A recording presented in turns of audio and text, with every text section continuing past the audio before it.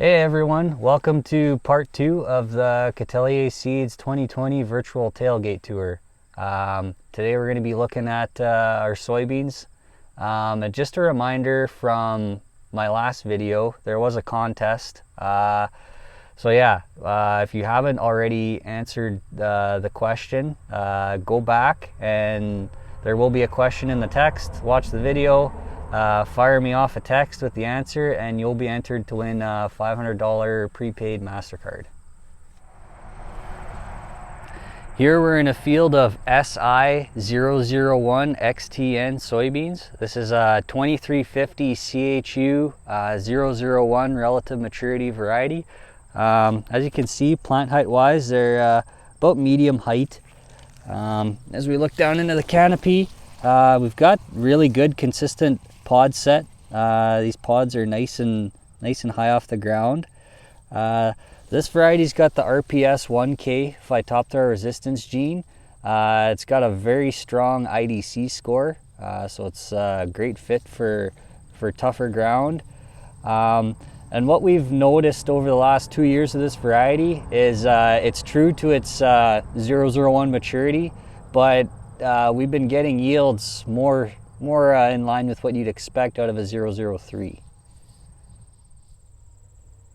Here we're in a field of Hart R2X soybeans. This is a 2400 heat unit 004 relative maturity variety. Plant height wise, you're looking, it's about a medium tall, not quite up to my waist. And as we look down into the canopy here, you're going to see we got a real nice pod set off the ground.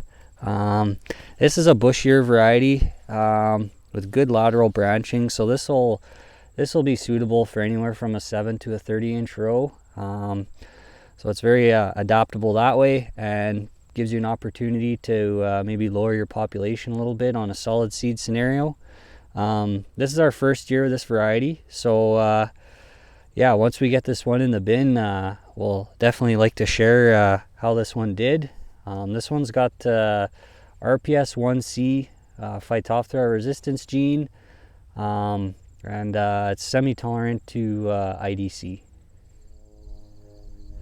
We are in a field of Merit R2X soybeans. This variety is a 2400 heat unit 004 relative maturity. As you can see, the plant height is between medium to tall here. It's about up to, not quite up to my waist, but getting pretty close. As we look down into the canopy, you're going to see it's got a pretty good consistent pod height off the ground. That's what we like to see.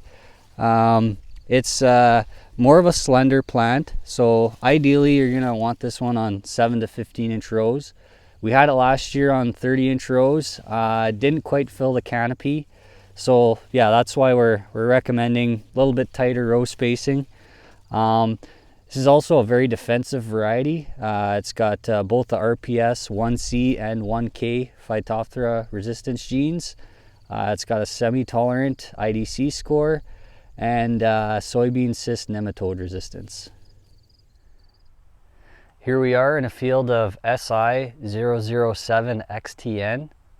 This variety is 2450 heat unit, 005 maturity. As you can see, height wise, we're in the medium to tall range. When we look down into the canopy here, we've got a real good pod set off the ground.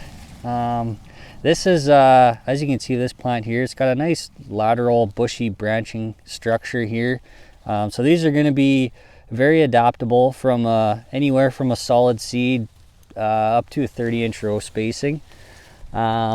This one, it's got a very strong IDC score, among the best in the Seed Manitoba guide. And yeah, we've had this variety now for 2 years, and it's always right up in our top yielding varieties. Here we are in a field of Kudo R2X soybeans. This variety is a 2475 heat unit, 006 relative maturity. Looking at the plant height here, it is about up to my waist. This is a taller variety.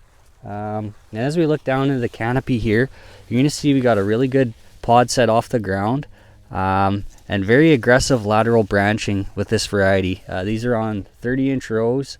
It filled in the 30-inch rows very early on in the season. So it's a very aggressive lateral branching pattern with this variety. Yeah, it's got a excellent IDC score.